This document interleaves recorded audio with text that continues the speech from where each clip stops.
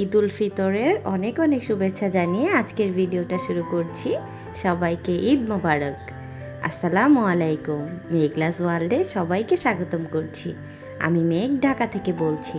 কাছে এবং দূরে, দেশ এবং দেশের বাইরে যে যেখান থেকে আমার ভিডিওটি দেখছেন, আশা করছি সবাই আল্লাহর রহমতে খুব ভালো আছেন। আমরাও আলহামদুলিল্লাহ খুব ভালো আছি।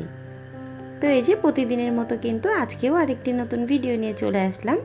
আশা করছি সব সময়ের মতো আজকের ভিডিওটা আমার আপু ভাই আঙ্কেল আন্টিদের কাছে খুব ভালো লাগবে। তো আজকের ভিডিওটা কিন্তু দুপুরবেলা থেকে শুরু করেছিলাম। আমি দুপুরের দিকে আমাদের বাসায় গিয়েছিলাম। ওই যে আমার বোনের ছেলের কাপড় কেনা হয়েছে যে, ওটা কিন্তু দিতে গিয়েছিলাম। তো তারপর ওখান থেকে ইফতার করেছি। ইফতারের পর আমি আমার বড় আপু একটু শপিংয়ে গিয়েছিলাম। তো ওদের কিছু কেনাকাটা বাকি ছিল, আমার তো আর কিছু কেনাকাটা নেই। তো সেখান থেকেই কেনাকাটা করার জন্য একসাথে বের হয়েছিলাম। তো ওদের সবার কেনাকাটা করছিল আর আমার আপু আমাকে জিজ্ঞেস করছিল যে তুই কিছু নিবি কি না। তো দেখা যায় প্রতি বছর আমাকে জামা কাপড় কিনে দেয় বা আমাকে বলে কি নিব কি না নিব। তো আমি কিন্তু আর জামা কাপড় নেই না, আমি বোরখা কিনে নিই তখন। তো দেখা যায় এই বছর আর কিছু কিনিনি। তো বললাম যে না, আমার কিছু লাগবে না। তখন বলছিল যে কি নিবি নে, যেটা ভালো লাগে। তো আমি যেহেতু কেনাকাটা করে নিয়েছিলাম, সব কিছুই কিনেছিলাম, তবে আমার খুব ইচ্ছা ছিল যে কিছু পর্দা কিনবো। তো টাকায় কিন্তু আমার হয়নি, এজন্য আমি আর কিনতে পারিনি। তো আপু যখন বলল তখন আর সুযোগটা মিস করিনি। আমি কিন্তু সুযোগটা কাজে লাগিয়ে দিয়েছিলাম।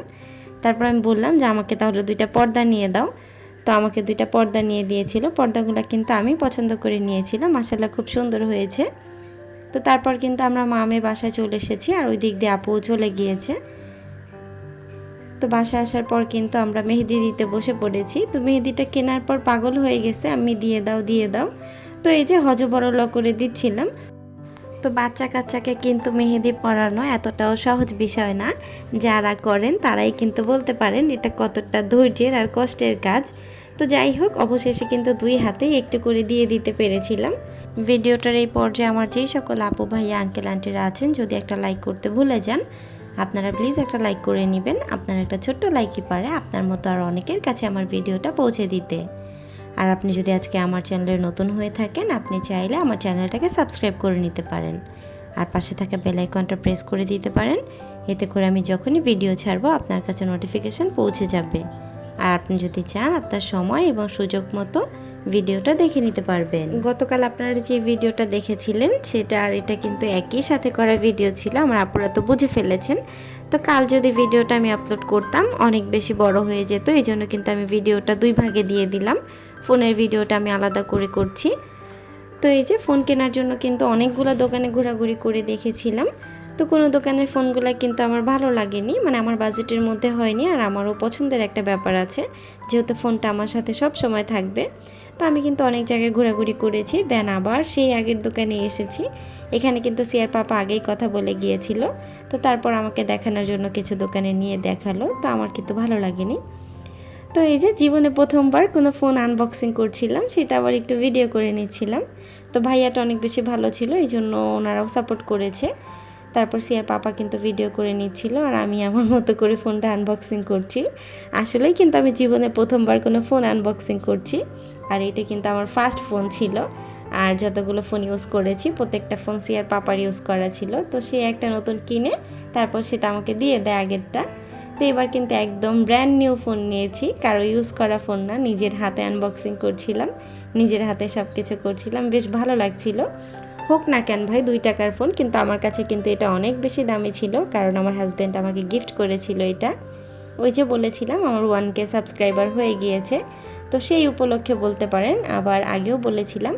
তবে আগে যে বলেছিলাম উনি কিন্তু অনেক বেশি প্যারেশানিতে ছিল, অনেকটা প্রবলেমে ছিল। ফোনটা বলেছিল যে কেনা হবে না। তো দেখা গেছে রাতে আমার 1K কমপ্লিট হয়ে গেছে। তারপর উনি কিন্তু আমাকে সকালে নিয়ে গেছে, যে যাই হোক যত কষ্টই হোক ফোনটা কিনে দিয়েছে। আমার কিন্তু খুব ভালো লেগেছে।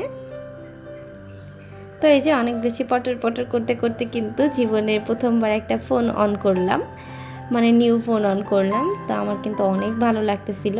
তো ভাইয়া কিন্তু তাদের প্রত্যেকটা কালার সামনে দিয়ে রেখেছিল যে আপু ভিডিও করছেন এটাও দেখিয়ে দিবেন, কোনো অসুবিধা নেই। তো প্রত্যেকটা কালার কিন্তু আমি সামনে রেখে তারপর আমার পছন্দের পার্পল কালারটা আমি চুজ করে নিয়েছিলাম। তো সেই ফোনটা কিন্তু আমি এখন অন করে নিচ্ছিলাম, স্টেপ বাই স্টেপ করে নিয়েছিলাম কোনো রকম করে। তারপর বাসায় এসে কিন্তু আমি সেট আপ করে নিয়েছি সব কিছু। তো আমার ফোনটা আমার আব্বু ভাই আঙ্কেল আন্টিদের কাছে কেমন লেগেছে সবাই একটু বলবেন। আশা করছি প্রতিদিনের মতো আমার ভিডিওটা আপনাদের কাছে খুব ভালো লাগছে। তো এই যে একটা স্বপ্ন কেনার জন্য কিন্তু আরেকটা স্বপ্ন বিক্রি করে দিচ্ছি, মানে এই যে কষ্ট করে ইনকাম করা টাকাটা দিয়ে দিতে হচ্ছে।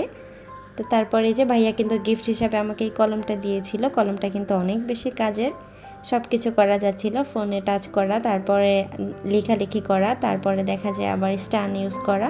তো আমার কিন্তু বেশ ভালো লেগেছিল। তো আপনাদের কার কাছে কেমন লেগেছে অবশ্যই বলবেন। তো আজকের ভিডিওটা এই পর্যন্তই। সবার সুস্বাস্থ্য কামনা করে আজকের ভিডিওটা এখানেই শেষ করছি। ভালো থাকবেন, সুস্থ থাকবেন। আল্লাহ হাফেজ, আসসালামু আলাইকুম। সবাইকে আবারও ঈদ মোবারক।